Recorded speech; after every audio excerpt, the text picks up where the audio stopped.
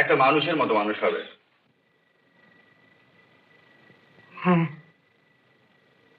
বিশাল মানুষ হবে,